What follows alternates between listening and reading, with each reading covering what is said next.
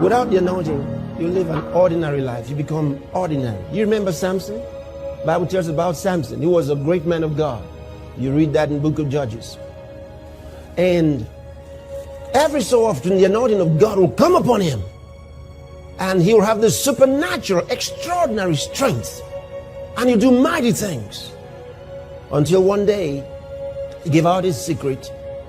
And his anointing was, the symbol of his anointing was in his hair. And so, when he was misbehaving and not living right, and this lady called Delilah got some money from others and came to him after trying several times, of course. And finally, he told her where his strength was and said, "It's in my hair. I've never had my hair cut." He was a Nazarite. So he had to have his hair as natural, never cut. So this time, he was sleeping, and Delilah called these Philistines to come. And they came in there and cut his hair. And the Bible tells us Samson got up when she cried, "Samson, the Philistines are here!" And he got up and shook himself as at other times. Now, every time he shook himself, the anointing came on him. He knew exactly what to do. When he shook himself, the anointing came. And he shook himself as at other times. And the Bible says he didn't know that the Spirit of God had departed from him. So he shook himself, nothing happened. He was ordinary. And they got him and took him away. See, there was a big difference. Shaking yourself as at other times didn't change anything, because the difference was the Holy Spirit, who was now gone. How could you live without him? See, a Christian is not an ordinary person. To live an ordinary life is unacceptable. You must live in the anointing of the Holy Spirit every day, every day, every day. Not sometimes in the day, every day, throughout the day. You may not feel the anointing throughout the day, but you'll be conscious of the Holy Spirit. That because he lives in you. He's someone who lives with you. You understand? He's there inside you. He talks to you. That's why he tells us about the fellowship of the Holy Spirit. There's a fellowship. There's a communion. A continual communication with the Holy Spirit. Glory to God. Say, I'll never be ordinary. I'll never be ordinary. Because I'm supernatural. I'm born of God. I have the nature of God. Yeah. You have the nature of God.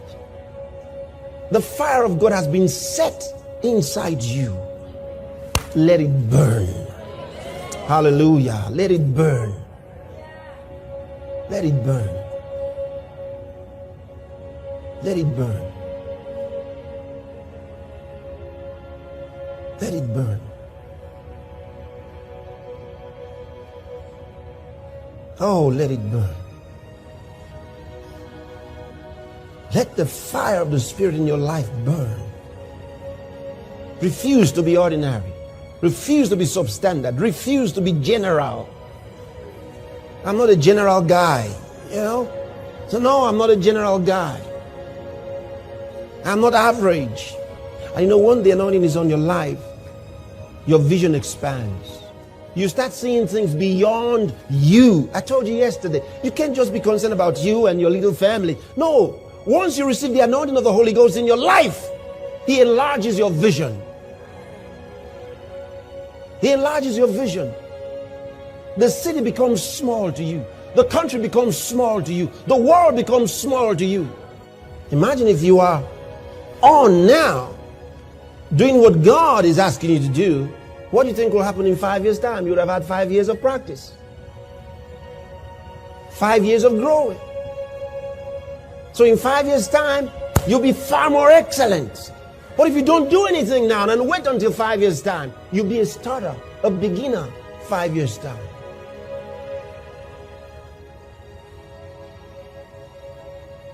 One of the advantages that I have is that I started early. I started early. No waste of time. I started early.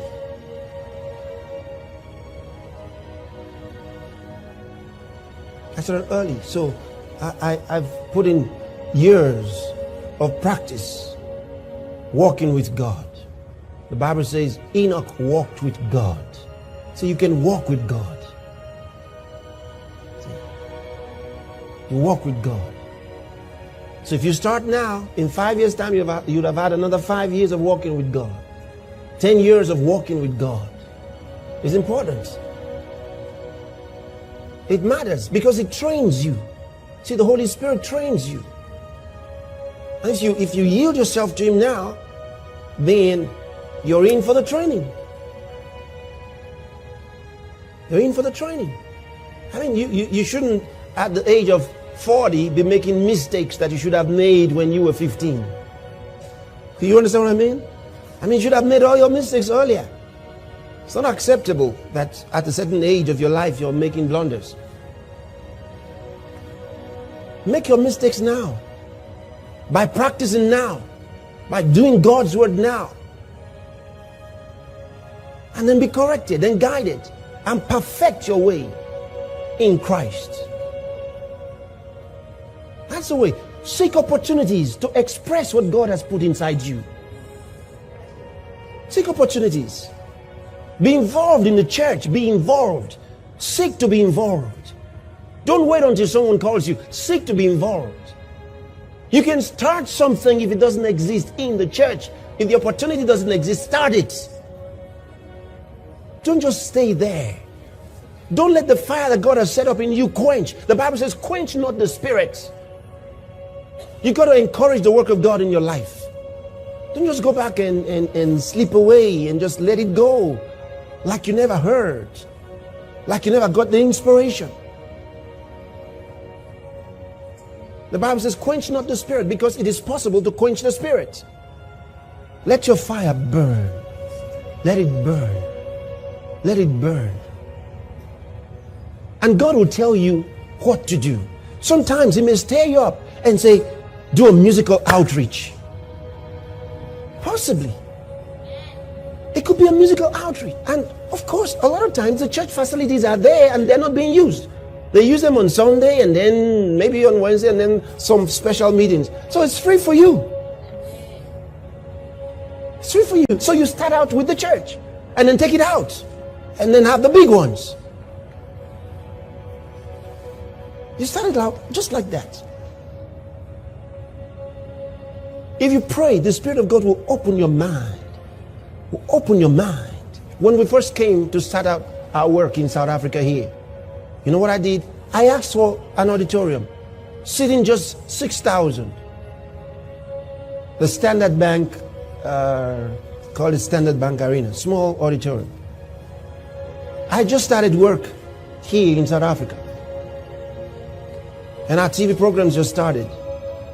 And we've been working for about a year plus. So I said, let's have this. Because as I prayed, the Spirit of God was showing me visions. Okay? So we asked for 5 days and booked the auditorium. Day one, place was packed out. I said, if you walk with the Holy Ghost, He'd walk with you. Day one, it was packed out. Day two, packed out, and the tennis court had to be used as an overflow. Day three, tennis court was packed out. Day four, the police came because now people are climbing everywhere looking for how to get in. The miracles were happening everywhere. Inside, outside, there was no more space. The police had to beg me, please, Cancel day 5. Yeah, because if you go on, there's no place, nowhere for people to stay anymore.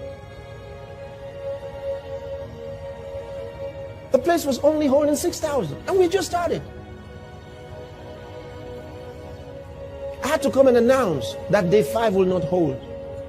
Say, I was born for a reason. I'm going to change things. I was born for a purpose. I'm going to change things. We're going to take things to a higher level by the power of the Spirit of God. You see, this was the way I looked at it. Paul, Peter, James, Bartholomew, Matthew, the apostles of Jesus, they did a lot. Okay? And the church has done so much all the way until it got to us. How can we lose this thing? We must take it on. We must change our generation. We must. Our generation needs witnesses. Witnesses of the gospel. Those who are passionate for Jesus Christ. Full of love for Jesus Christ. And they are ready to stake their lives for Jesus Christ.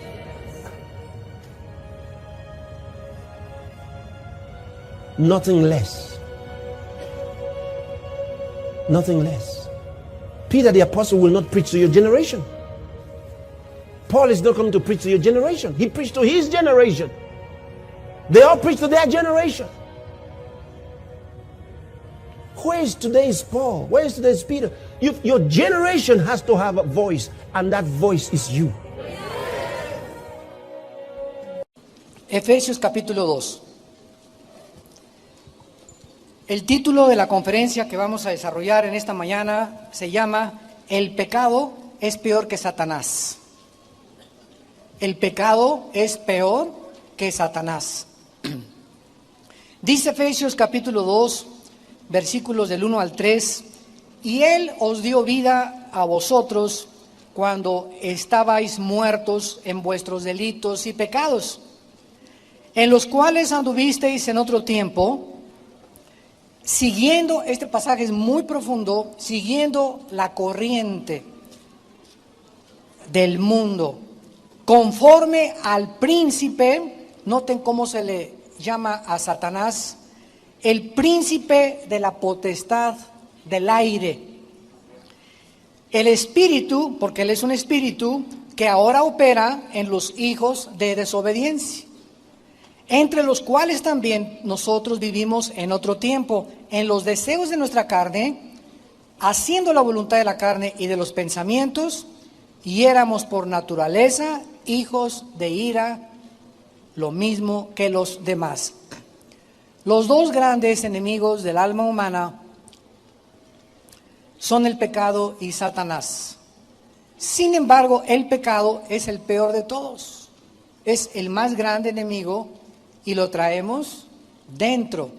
¿Por qué? Porque la única manera en que Satanás se puede acercar a ti para hacerte daño o para lastimarnos es a través del pecado. Si nuestra vida es una vida de santidad en todas aquellas cosas que podamos improvisar y ser cada vez más limpios de corazón, más limpios sexualmente, más limpios en nuestros motivos, menos oportunidad le damos a Satanás de entrar a nuestra vida. Aun cuando Satanás puede causarnos daños mentales, porque el ataque es aquí. El campo de batalla es la mente humana. Y si Satanás va a atacarme o atacarte a ti, nos va a atacar a través de pensamientos. Y su estrategia es atormentarnos. Es el atormentador.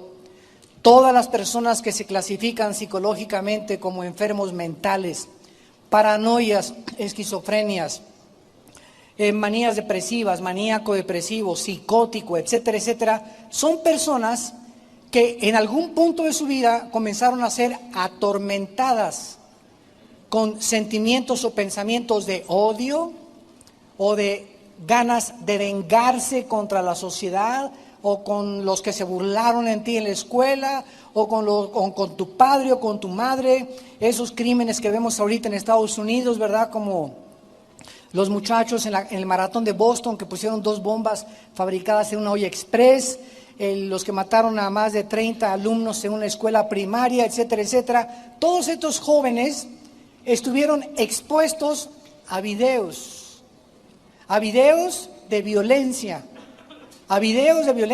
aunado a el trato de su papá a la mamá, o de los divorcios de los padres y del mal ejemplo de los maestros en la escuela, y se comienza una olla aquí con una mezcla y con una receta de odio, de amargura, de desilusión, de decepción del mundo, de la autoridad, etcétera, etcétera, que se convierte en odio. Y ahí es cuando Satanás, en el momento que comenzamos a odiar o a guardar rencor contra algo o contra alguien, le abrimos la puerta a los demonios. Noten ustedes que aquí en el pasaje que acabamos de leer, dice la Biblia que es cuando seguimos la corriente del mundo. ¿Cuál es la corriente del mundo? Es la corriente del pecado. Porque el mundo entero, 1 Juan 5:19, está bajo el maligno. Entonces, antes de que fuéramos cristianos, vemos que la Biblia dice que hay una corriente que es de arriba hacia abajo. El mundo va y las personas cada vez más están más cerca de autodestruirse. Antes de que nos autodestruyéramos, viene Jesucristo y ¿qué hace? Nos levanta. Y entonces el cristiano es la persona que comienza a viajar en contra de la corriente, donde van tus amigos, tus familiares, tus amistades, etcétera, etcétera. Vamos al revés de ellos. Y ellos, al darse cuenta que tú no haces lo que ellos hacen, que no piensas como ellos piensan, que las diversiones de ellos no son tus diversiones, nos persiguen y nos ultrajan. Porque el mundo quiere que tú hagas lo que ellos hacen. Si tus amigos fuman, la presión es tremenda de los amigos para que tú fumes. Y muchos comienzan con el cigarro precisamente para no sentirse aislados de la corriente del mundo.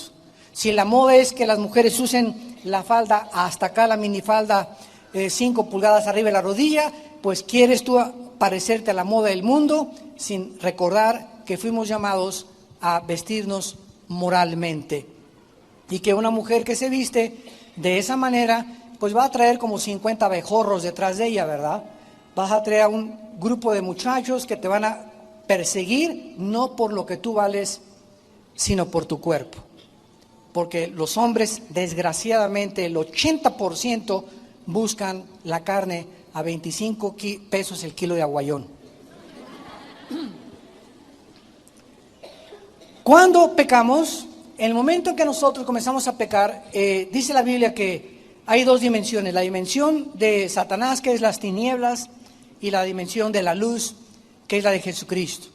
Entonces nosotros estábamos en esta dimensión.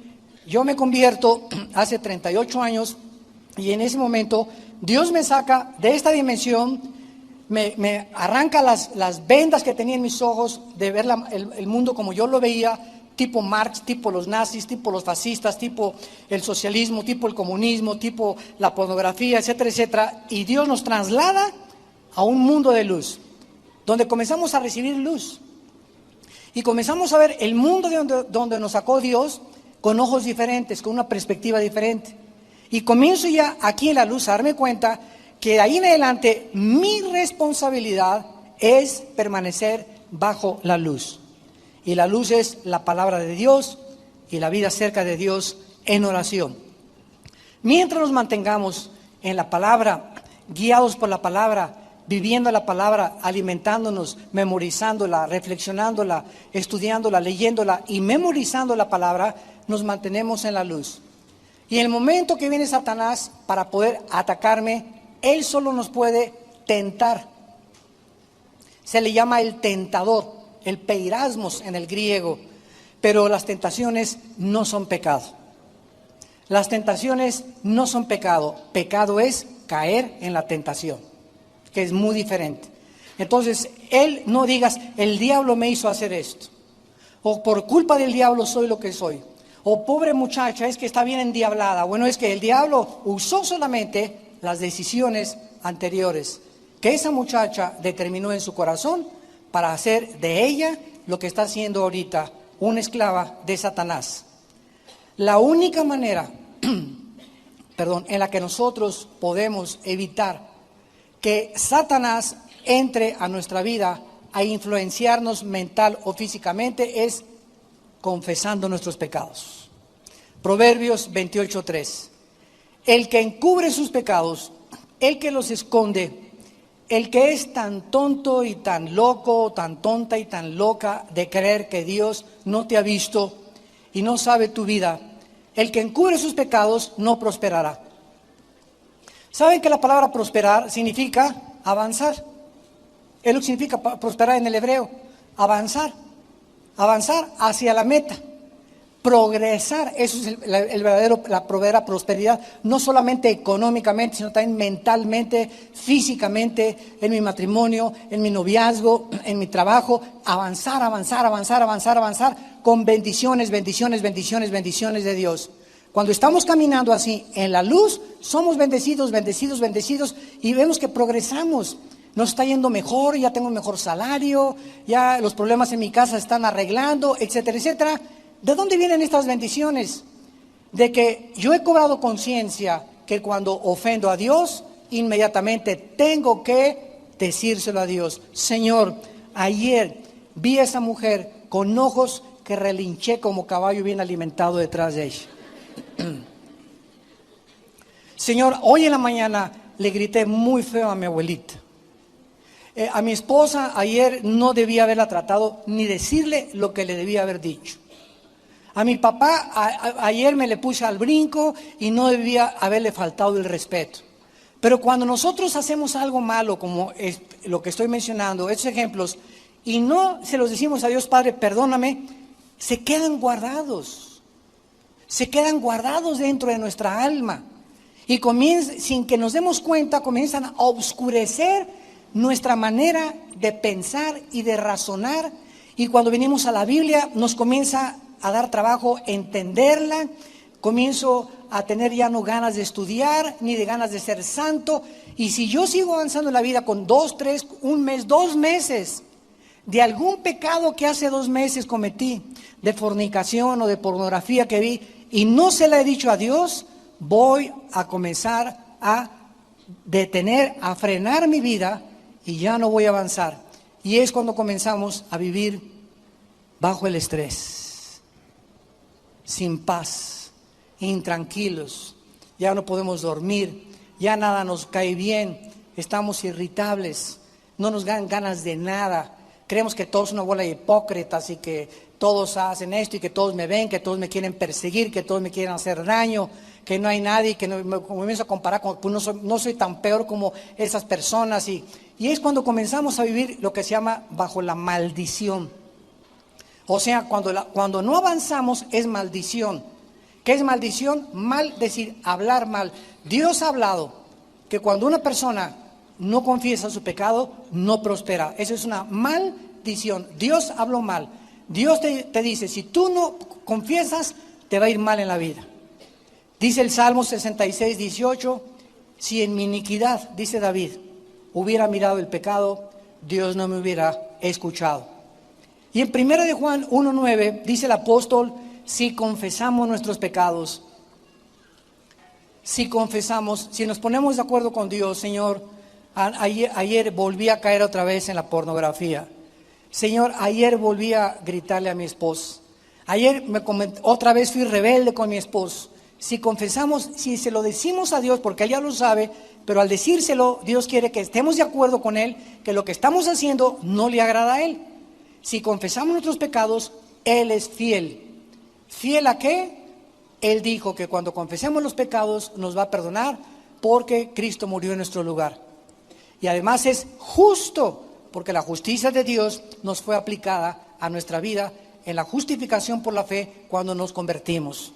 Él es fiel y justo para perdonarnos y limpiarnos de toda maldad. Muy bien. Vamos a ver algo importante acerca del diablo. Satanás conoce algo muy importante de nuestra vida cristiana. Dice Romanos 14:23. Todo lo que no es de fe es pecado. Todo lo que no es de fe es pecado. En otras palabras, el blanco número 1 de Satanás es destruir nuestra fe, nuestra confianza en Dios. Génesis capítulo 3, versículo 1. Y la serpiente era más astuta que todos los animales del campo, la cual le dijo a la mujer, ¿de veras le crees a esto? Con que Dios dice que no forniques, no hombre, puedes usar el sexo antes de casarte. De veras, Dios dice que debes de diezmar. Eso dice Dios, eso son pamplinas, son tonterías. De veras dice Dios que te sometas al gobierno. De veras dice Dios que ames a tu esposa como amor sacrificial. Satanás ataca y atacó y atacará la palabra de Dios, las promesas de Dios, que es la base de nuestra fe, porque la fe es por el oír y el oír por la palabra de Dios. Entonces, el blanco de Satanás es destruir nuestra fe. Dice en 2 Timoteo 4:7, peleamos la buena batalla. ¿De qué? La guerra que estamos librando es una batalla de la fe, en otras palabras, contra la incredulidad. A ver otra vez, la batalla cristiana es todos los días estar batallando contra la incredulidad, contra lo que Dios dice y lo que el diablo dice. Dios me dice, mantente puro, mantente limpio. El Satanás me presenta una muchacha para que me embarre, para que le embarace y para que viole los votos que hice con Dios. Entonces, antes de tomar esa decisión, ¿a quién le voy a creer? Dios me promete bendiciones y Satanás me promete placer inmediato. Dios me promete a largo plazo bendecirme, Satanás llega y me dice, yo te bendigo ahorita, experimenta ahorita el pecado, es rico, sabroso. Entonces, ¿a quién le voy a creer? Es una batalla de fe. ¿A quién le voy a creer? Si yo tengo fe que Dios es mucho mejor y me dice, espérate, tengo a lo mejor para ti en 1 mes o en 2 meses, no hago caso de la tentación. Le he creído a Dios porque tengo fe. Y sin fe es imposible agradar a Dios. Esta lucha vamos a verla ilustrada en Lucas capítulo 22. Veamos esta lucha por la fe y examinemos un poco más profundamente este asunto tan importante para poder entender cada día la lucha que todos libramos contra el pecado. En esta lucha vamos a ver ilustrada la manera como Jesús oró por Pedro antes de que Pedro sufriera su más grande tentación.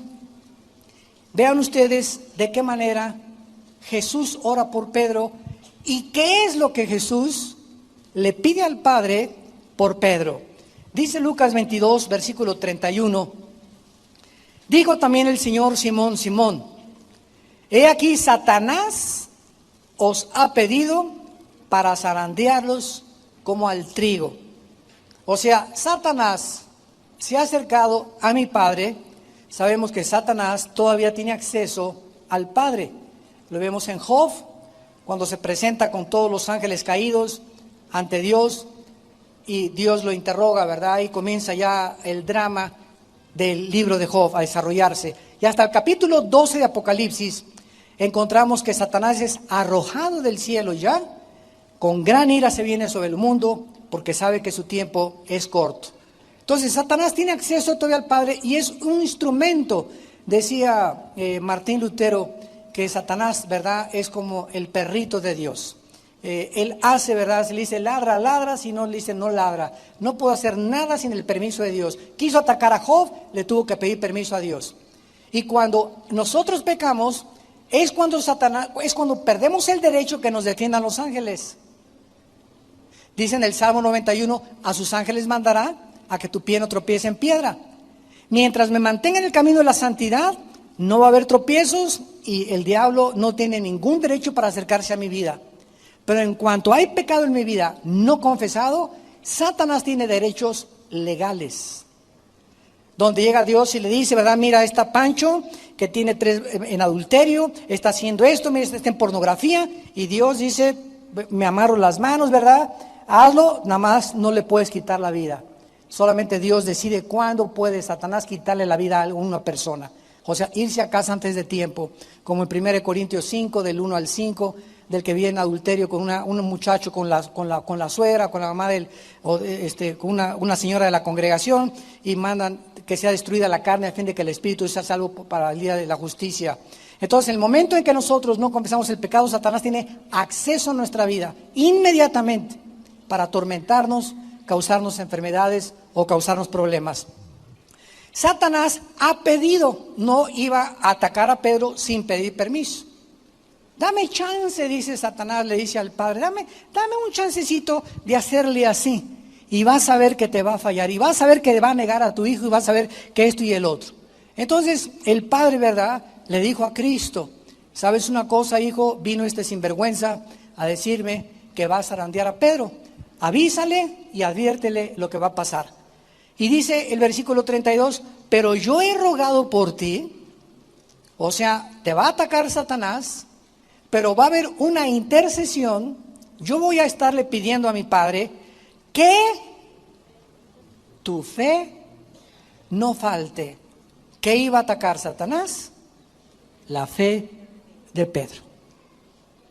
Es el objeto del blanco de sus ataques, nuestra fe. Le voy a pedir a mi Padre que tu fe no falte, y tú lo profetiza ya Cristo. Una vez vuelto, sabía que Pedro no se iba a quedar tirado, confirma a tus hermanos. La estrategia de Satanás era hacer dudar a Pedro. Las dudas no son malas, malo es quedarte con las dudas. Así que si yo me encuentro algún día una persona que me diga, mire hermano, yo soy una persona que no tengo dudas, le digo, cálmate San Clodomiro. O ni San Crisóstomo, ¿verdad? Porque ningún santo, ni nadie, el más santo que ha habido, todos hasta que estemos ahí en la cama a los 90 años de edad, 95 años de edad, vamos toda la vida a tener dudas de algo o de alguien. Porque miramos todavía a través de un espejo y lo que sabemos no lo sabemos como lo deberíamos de saber. 1 Corintios 8:2. Entonces, teniendo este razonamiento, ¿qué significa, verdad? Jesús nos da la clave. He orado que tu fe no falte. El ataque de Satanás a nuestra vida es que dejemos de confiar en Él, en su provisión, en sus promesas, en que tenemos un mejor futuro que lo que nos promete el mal. No, el que no tranza no avanza, bueno, es lo que tú dices, y tal vez robando o cometiendo fraude o vendiendo droga vas a progresar durante algún tiempo, pero no vas a durar mucho tiempo, porque el gozo de los impíos es muy corto. Sin embargo, dice Dios, si tú tienes paciencia y esperas, a la larga, sigue vendiendo tus taquitos, sigue vendiendo tus refacciones, sigue haciendo sillas como carpintero, sigue con tu bufete de abogado, sigue como médico, mantén tu honradez en todo lo que hagas. Y aunque parezca que al principio estás sufriendo y no tienes para pagar, si tú mantienes a través de la tentación tu confianza en mí, no te la vas a acabar. ¿Cómo te voy a bendecir?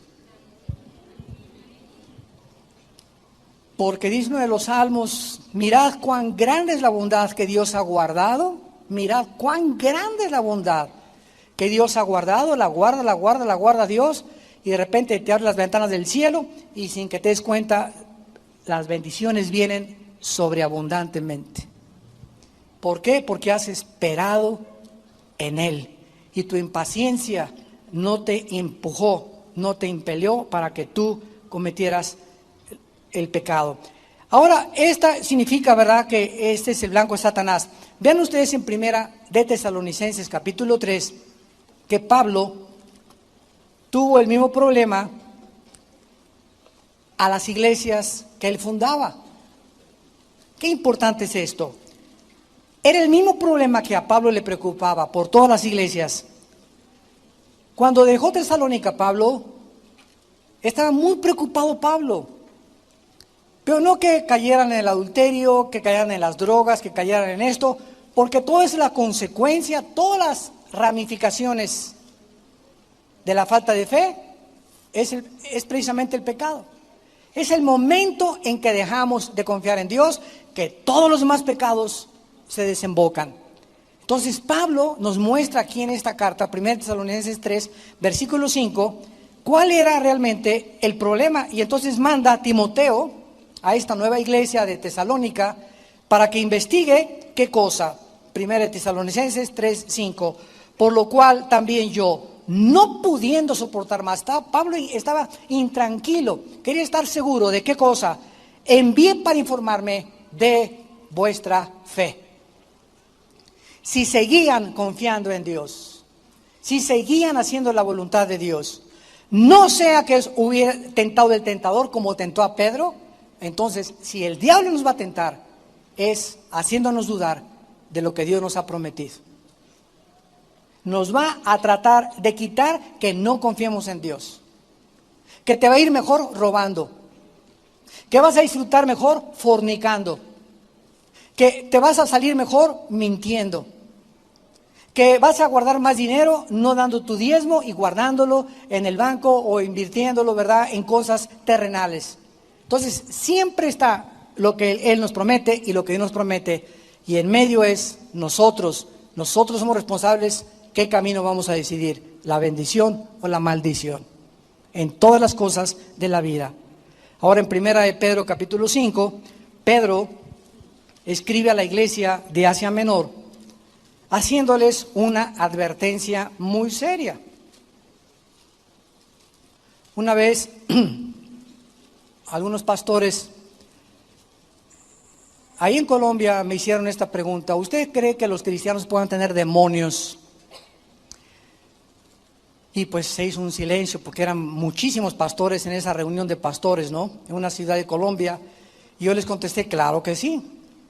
Y se para un pastor, ¿verdad?, San Crisóstomo. Es que usted lo que está diciendo no puede ser posible, porque el Espíritu Santo, ¿verdad?, donde mora el Espíritu Santo, bueno, sacó sus argumentos. Y qué bueno, o sea, siempre es la ignorancia de conocer un poco más profundamente las Escrituras lo que nos lleva a conclusiones equivocadas. Pero cuidado con el orgullo nada más. Cuidado de creer que ya precisamente es eso, ¿verdad?, cuando no hemos escudriñado profundamente la Escritura. Yo le contesté a este pastor con mucho respeto, le dije, cuando el Satanás ataca a un cristiano, dígame entonces usted si nos ataca como Bambi. O si viene y solamente nos hace, mi chiquilín, mi chiquilín, mi chiquilín. ¿Cómo ataca Satanás a un cristiano? Y se quedó pensando como un minuto más o menos. Le digo, ¿cómo nos ataca? O sea, ¿nos hace bú en la noche? Bueno, usted contésteme. Y entonces le leí este pasaje en 1 de Pedro, capítulo 5, versículo del 8 al 9. Sean sobrios, esto es una advertencia muy seria, y velad, porque vuestro adversario el diablo, ¿a quién le está hablando? A los cristianos, como Bambi, como una ardillita. Compara a Pedro a Satanás como un león, pero un león rugiente. Y vean lo que dice Pedro, que anda buscando alrededor a quién hacerle caricias, heridas leves.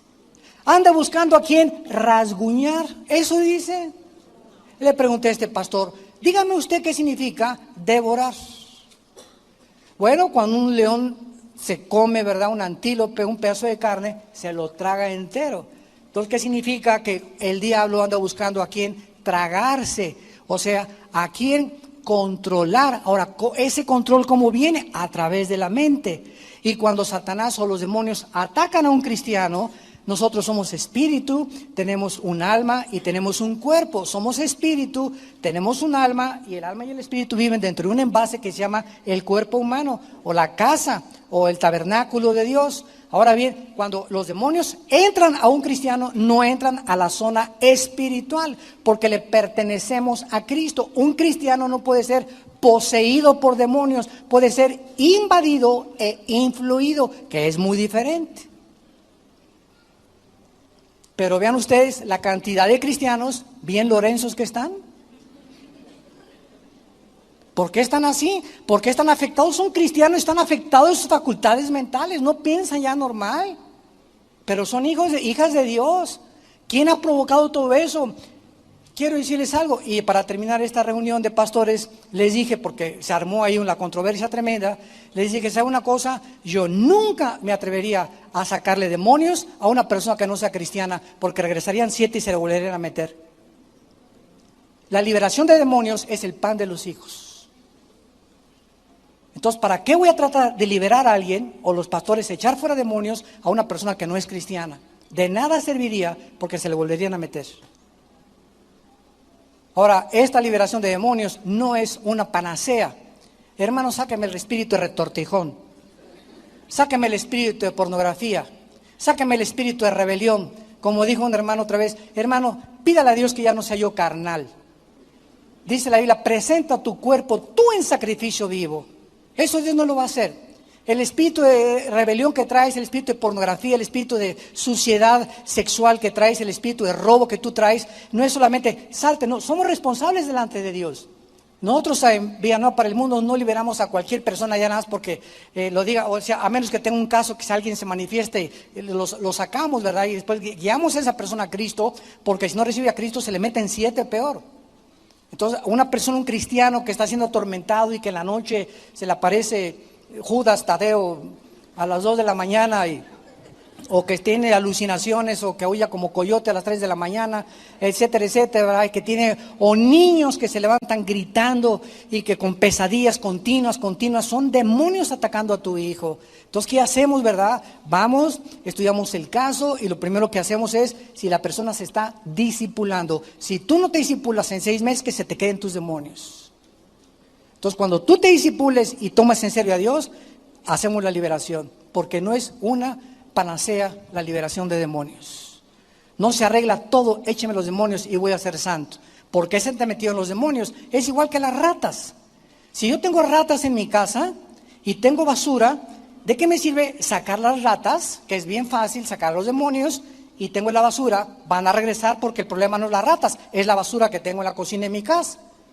Entonces la basura es el pecado. Cuando sacamos el pecado de nuestra vida, él ya no tiene acceso. Los demonios no tienen manera de agarrarse a nuestras vidas, porque no es los demonios el problema, es el pecado que abrió la puerta para que el demonio se te metiera.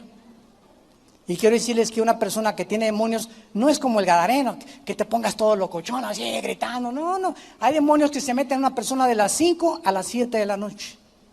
Hay otros que entran de las 10 a las 12, de repente tu esposo llega a la casa y tiene cara, ¿verdad?, de Corleone. Y a las 5 le cambió la cara a tu esposo o a tu hijo. O hay otros demonios que actúan de las 8 a las 10 de la mañana, otros que actúan de las 10 a las 12 de la noche. Y durante todo el día la persona es normal, pero de repente hay un tiempo en su vida en la que cambia su personalidad. Y es cuando entran los demonios y se pueden salir. ¿Por qué? Porque hay basura. Entran y comen la basura y se salen, porque el alimento de Satanás es el polvo de la tierra, y del polvo fue hecha la carne. Y le dijo Dios en Génesis 3, comerás el polvo de la tierra. O sea, te alimentarás de la carne humana, de la naturaleza caída de los seres humanos. Porque aunque seamos cristianos, seguimos teniendo la naturaleza humana. Regresamos a Efesios, a nuestro pasaje, y dice a continuación que nosotros andábamos en otro tiempo. Ya no. Ojalá que muchos de ustedes no sea una realidad esto. En otro tiempo seguíamos una corriente, ya explicamos esto, la corriente del mundo, de las modas, de la inmoralidad, de la forma de divertirse, del arte, todo lo que tiene su origen en el mundo. Y vemos que el que va hasta delante de esta corriente se le llama el príncipe, pero es interesante que dice que Satanás aquí lleva el título de la potestad del aire, o sea, que Satanás tiene el control de todos los medios de comunicación alrededor del planeta Tierra. El príncipe de la potestad de la atmósfera, aión en el griego, de la atmósfera hacia abajo opera Satanás. De la atmósfera hacia abajo, que es debajo del sol, lo que decía Salomón en Eclesiastés, vivimos debajo del sol, de la atmósfera hacia abajo. Ahora, si nosotros prendemos un radio, tengo un radio ahorita aquí, yo ahorita no oigo nada, pero en el mundo invisible hay ahorita aquí frecuencia M, frecuencia AM, radio corta, a banda larga, banda corta, pero el aparatito que tengo aquí, el radio, tiene una facultad tecnológica que cuando yo le cambio así en la estación, me agarra esta frecuencia, la charrita del cuadrante. Le doy más adelante y música de banda, más adelante música tranquila, música clásica, pero aquí están todas las, aquí están junto a nosotros, no las vemos. Pero ese radio sintoniza, ¿verdad? Y agarra esa frecuencia y te la transmite a los oídos. Y agarra nada más la frecuencia que él está tratando de controlar.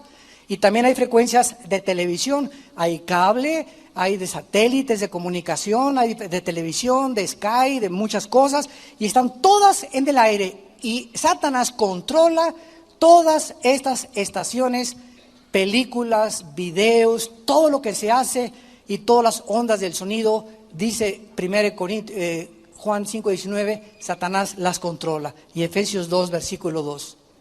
Por eso es tan importante saber qué clase de música oímos, qué clase de programas oímos, qué clase de películas ves en la televisión y en el cine, porque Satanás está detrás para, ¿qué cosa? Hacernos dudar de Dios. ¿Cuál es el propósito de Hollywood? Ve las películas de Hollywood, atacan a los cristianos, atacan la Biblia, casi siempre el 80% salen fumando, y tú ves al artista, chúpale, chúpale, chúpale, chúpale, y tú acabas de dejar el cigarro y se te antoja, no, pues si él fuma, pues yo también puedo seguir fumando.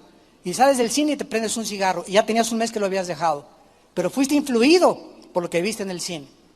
Y ves telenovela, y telenovela, y telenovela, y quieres hacer la enfermera que se enamoró del doctor, para que el doctor te saque del hospital y te cases con él. Y el novio que tiene no es digno de ti porque anda en bochito y el doctor anda en un Cadillac. Y como la telenovela te dice eso, ¿verdad? Te comienzas a meter eso y entonces ¿qué pasa? Ya te olvidas totalmente de las promesas de Dios. Ves las películas de los crímenes y de los que les va bien y de los que narcos que progresan, la historia de los narcos, y quieres ser igual a ellos. Los jóvenes quieren imitar todo eso porque somos y tenemos la tendencia de imitar todo lo que vemos o lo que oímos. ¿Y qué es todo eso? Tentaciones para hacernos dudar de Dios. ¿De veras será cierto esto? Veo tanta pornografía en el cine, tanta pornografía en la televisión, tantas vulgaridades, tanto adulterio, tantas cosas que sin casarse tienen relaciones, etcétera, etcétera, que comenzamos a aceptarlo como algo normal. Ya es normal, o sea, es normal, ya los homosexuales ya desfilan por Reforma ayer sábado, ¿verdad? Encuerados, semi-encuerados, demandando sus derechos y violando nuestros terceros derechos de nosotros como ciudadanos, y violando nuestra decencia, nuestra honestidad, nuestros principios morales, los principios fundamentales de la familia, pero eso sí quieren que les respetemos a ellos. ¿Cuál es el propósito del movimiento gay? Simplemente hacer que el mundo lo acepte como normal y los acepten como normales a ellos, casándose uno con el otro. Y el mundo está cayendo en esa trampa. ¿Qué dice Dios? No cometerás inmoralidad. El matrimonio es entre Pepe y entre Juana, no entre Pepe y Chencho. Ahora, vean ustedes que este espíritu que está en el aire operando, que son los demonios, son como las aves del cielo muchas veces, y controlando todas estas cosas, ondas de televisión, ondas de radio, dice la Biblia que opera. Apunten por favor arriba de la palabra opera, los que les interese, la palabra energeo, que es la palabra griega que se usó, opera en los hijos de desobediencia. De ahí viene la palabra energía. Estamos profundizando. Hay una energía satánica funcionando en el mundo invisible. Vamos a detectarla y a quitarle la máscara. 1939-1945. Esta energía satánica se movió a través de un hombre llamado Adolfo Hitler, que hizo a través de la potestad y los miles de demonios que tenía, que cuando él hablara, cuando hablamos la palabra de Dios, lo dije en la conferencia anterior, en la parábola del sembrador, la semilla de Dios es espíritu y es vida, la palabra de Dios es espíritu y es vida. Cuando Hitler hablaba, cuando los dictadores hablan, cuando los asesinos hablan, cuando la gente de Satanás y los evangelistas de Satanás hablan, mandan demonios cuando hablan en el aliento de su boca. Y cuando Hitler hablaba y la gente lo escuchaba, la gente al ponerse en una situación de receptores, porque para cuando mandas una onda tiene que haber un receptor. Si hay un receptor, la onda no puede ser recibida. Entonces, cuando tú le abres el corazón a una filosofía que no es de Dios, te abres a que esos demonios que salen de ese orador o de ese dictador entren a tu vida. Es una energía que está operando en el mundo. ¿Cómo es posible? Ustedes oyeron en Pensilvania este monstruo que secuestró a 3 niñas y las tuvo 10 años en el sótano de su casa. 10 años. Y tú ves a este hombre en el jurado y tenía así, estaba así mordiéndose la esta. No me parezco él, ¿verdad? No. Pero así le hacía. Se mordía la camisa, ¿verdad? Yo no fui y no quise aceptar su culpabilidad. Ahora, yo le decía a mi esposa, ¿cómo es posible que tenga, o sea, que después de esta monstruosidad, destrozar 10 años violando a estas niñas? O sea, cuando las liberaron tenía 30 años cada una, a los 15 años, 17 años las secuestró y las tenía en el sótano de su casa durante 10 años. ¿Se imaginan el daño psicológico? Y este hombre estaba impávido, no se movía, estaba convencido, escúchenme, estaba convencido de que no había hecho nada malo. ¿Cómo puede un hombre actuar de esa manera? Porque ya no es él. Hay un espíritu poderosísimo dentro de él que le robó el cerebro y lo convirtió en un zombie sin conciencia.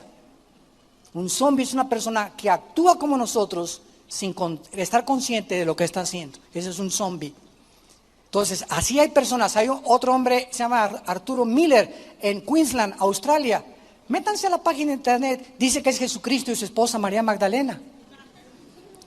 Nos reímos, ¿verdad? Ahí está en internet. Dice que es Jesucristo. Y vi el video y ella está convencida que es María Magdalena y dice, todavía siento los clavos en la cruz. Y tú lo ves, yo le decía a mi esposa, es que no se le ve así nada fingido. O sea, él se la cree que es Jesucristo. Tiene como jóvenes 35 años y ella, oye, tú eres Magdalena, le entrevista a un periodista, ¿tú eres María Magdalena? Sí, y todavía lloro a ver a mi señora allá clavado, pero ahora que ha resucitado y está junto conmigo, estamos felices porque vamos a guiar a muchos de ustedes al Padre. Se la cree que es María Magdalena y los ves, tienen cara los dos así, pero no tienen cara de malos, tienen cara así de buenos y tienen como 200 personas en su iglesia.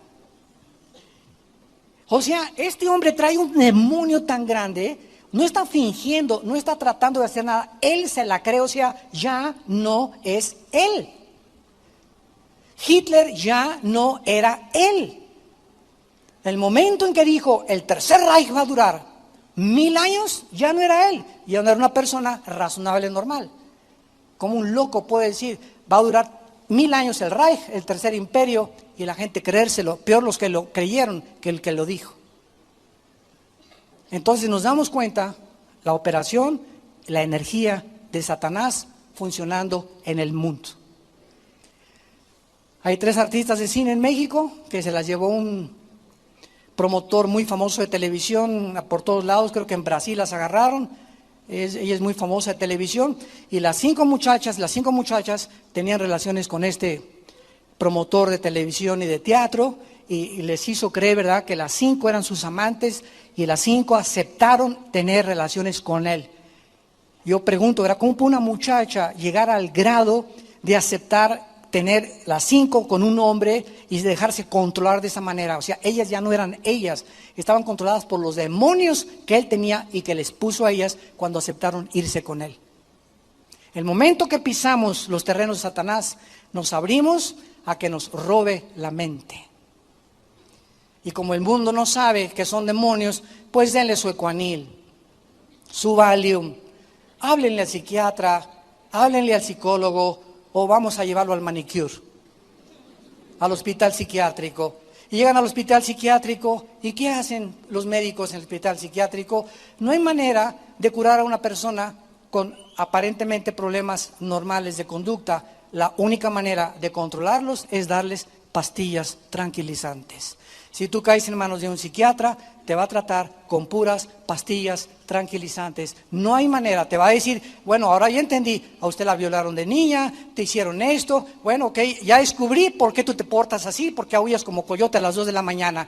Pero una vez que descubren la razón, esa es la psicología, ¿verdad? Es el fracaso de la psicología mundana. Una vez que descubren de dónde viene tu problema y ahora qué, ¿cuál es la terapia a seguir? ¡Chochos! Puras pastillas, no hay manera de tratarte más que con pastillas. Introducir químicos para que comiencen a tratar de normalizarte y aplacarte. Y sin que te des cuenta, caíste de Guatemala, Guatepeor. Antes eras una persona normal, ahora eres drogadicto, porque las pastillas tranquilizantes crean adicción. Llega un momento en que no puedes más que depender de tu chocho de Ecuanil, de Prozac o de Valium para poder tener una vida normal. O de un trago de alcohol, o vivir con alcohol o con las drogas. Es el mismo problema que existe en la vida cristiana en muchas personas que abandonan la palabra de Dios. Ahora, en 1 Timoteo 6:10, para terminar, dice el apóstol Pablo, y también haciéndonos una advertencia muy fuerte acerca de la importancia de estar contentos con lo que tenemos, de vivir agradecidos, de que nuestra impaciencia no nos impela, no nos empuje, no nos precipite a tomar decisiones de las cuales mañana, muchacha que me escuchas, muchacho que me escuchas, varones que me escuchan, decisiones que mañana nos tengamos que arrepentir. Dice 1 Timoteo capítulo 6, versículo 6, gran ganancia, ya vas de gane. Si la piedad es la vida cerca de Dios, la palabra griega eusebia. Gran ganancia vas a tener en la vida, en tu vida cerca de Dios, si estás acostumbrado o te acostumbras a vivir contento con lo que tienes. Con contentamiento. Pablo en Filipenses 4 dijo, he aprendido, vean que requiere aprendizaje. He aprendido a vivir sin dinero. He tenido épocas en mi vida de crisis, he tenido épocas en mi vida, yo las tuve también. Yo tuve una época cuando vivíamos en Acapulco, ¿verdad? Que no comíamos más que los mangos que yo cortaba de la casa y lo que yo podía pescar. Tenía a Lana, a Moisés y a Andrea, mis primeros 3 niños, ¿verdad? Mi primer matrimonio, chiquitos. Yo estaba de misionero allá en las sierras de la costa de Oaxaca y de la costa chica, la costa grande, y no teníamos nada para poder sostenernos y vivimos 2 o 3 años, hasta después de 10 años de ministerio, tuve una combi que me regaló un hermano, una combi ya vieja. Andaba en camión en la ruta 100 dando estudios, predicando en los pueblos. Iba yo a Acapulco a predicar en el mercado y me ponía un cajón y me paraba y los mandaba a todos al infierno. Bueno, así, muy ignorante, el justiciero llegó aquí a Guerrero, ¿verdad? Y me acuerdo que todas las marchantes, ¿verdad? Lo único que no tenían dinero, me daban pescado de ofrenda. Me llegaba a mi casa con 2 o 3 pescados, y ahí los cocinábamos y todo, ¿verdad? Y vivíamos de pescados y de mangos, más de 4 o 5 años. Yo sé lo que es ser pobre, yo sé lo que es vivir pobre y no tener nada. ¿Ustedes creen que así comenzamos? No, comenzamos, pero desde abajo. Y hasta los 10 años, hasta 1981, me regalaron una combi vieja, usada. Y ahí iba chaca, chaca, chaca, chaca, chaca, chaca, en San Juan Totoltepec, donde comenzamos la iglesia. Cuando comenzamos en un garaje, una casa en Satélite, pero íbamos a San Juan Totoltepec, nos pasamos después al Cine Apolo, del Cine Apolo al Centro Cívico, del Centro Cívico llegamos para acá. Y así nos ha traído Dios por todos lados. pero estamos acostumbrados, y cuando vives en la pobreza y te das cuenta que estás contento y no estás amargado, para eso me llamaste, Señor. Yo era gerente del Hotel Emporio, que es Emporio, antes era el Continental y el Hilton en Acapulco, y querían mandarme a California a especializarme en hoteles y turismo y todas esas cosas. No, me quiero dedicar a predicar el Evangelio. Me fui 3 años con los misioneros allá presbiterianos en las sierras, a vivir con leprosos y comer en el suelo, comer tacos, comer lo que sea. Llegaba a mi casa, enfermos mis hijos, con disentería, con salmonelosis, etcétera, etcétera. No se imaginan cómo comenzó nuestro ministerio, desde abajo. Pero ¿qué fue lo que Dios me dijo? Le perdí miedo a la pobreza. Ya no tuve miedo. Y cuando Dios nos comienza a prosperar un poco más, nos damos cuenta que no debemos depender de eso tampoco. Tenemos que aprender a vivir contentos con o sin. Porque si solamente tienes ahorita contento porque tienes y después ya no tienes tu fortaleza en Cristo. Porque todo lo podemos en Cristo que nos fortalece. Entonces, eso es lo que Dios nos quiere enseñar. Gran ganancia es la piedad acompañada con lo que tienes. Porque teniendo sustento y abrigo, estemos contentos con eso. Llega ahorita me llevaron aquí a mi oficina un taco que venden aquí enfrente de chile relleno con frijoles. Qué manjar me acabo de comer. Me enchilé, eso sí, pero qué rico taco. Qué rico taco. Nunca me había imaginado chile relleno con arrocito y frijoles. Se los recomiendo, Delicioso. O sea, te puedes llegar a comer un taco así delicioso, tacos de canasta, o ir al mejor restaurante. No es el lugar, ni mucho menos, es la actitud de tu corazón con la que tú comes lo que estás comiendo. Dale gracias a Dios por los totopitos, por ese taco, por ese tibón, por esa manjar o esa langosta, pero no es eso, es estar contentos con eso, porque los que quieren enriquecerse caen en tentación, y ahí está, en la trampa de Satanás. ¿Quiénes son los que quieren enriquecerse? Los que quieren hacer dinero a través de pronósticos deportivos, comprar billetes de lotería, siendo deshonestos en su trabajo, tratando de transar, porque el que no tranza no avanza, tratando de echar mentiras al gobierno, tratando de robarle a Dios. ¿Qué haces con todas esas actitudes? Estás tratando de ganar dinero fácil. El cristiano no compra pronósticos deportivos. Si alguien me lo regala, pues gloria a Dios.